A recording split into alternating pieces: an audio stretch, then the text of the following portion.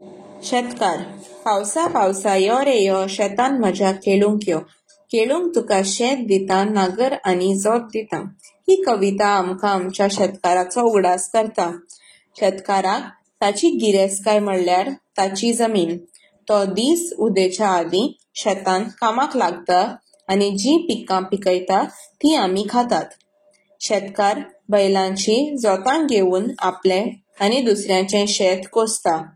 शेतकाराचें घर ताच्या शेता कडेन आसता, तर ताका ताच्या कुटुंबाचो खूब आदार मेळटा।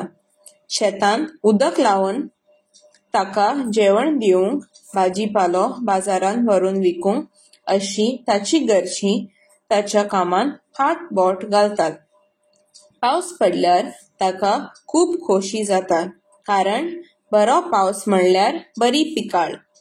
शेत कामती आपूण थोड्याशा कपड्यांनी उगत्या पायांनी पावसान भिजत वतान करपता आनी शियान कुडकुडत शेत ओंपता।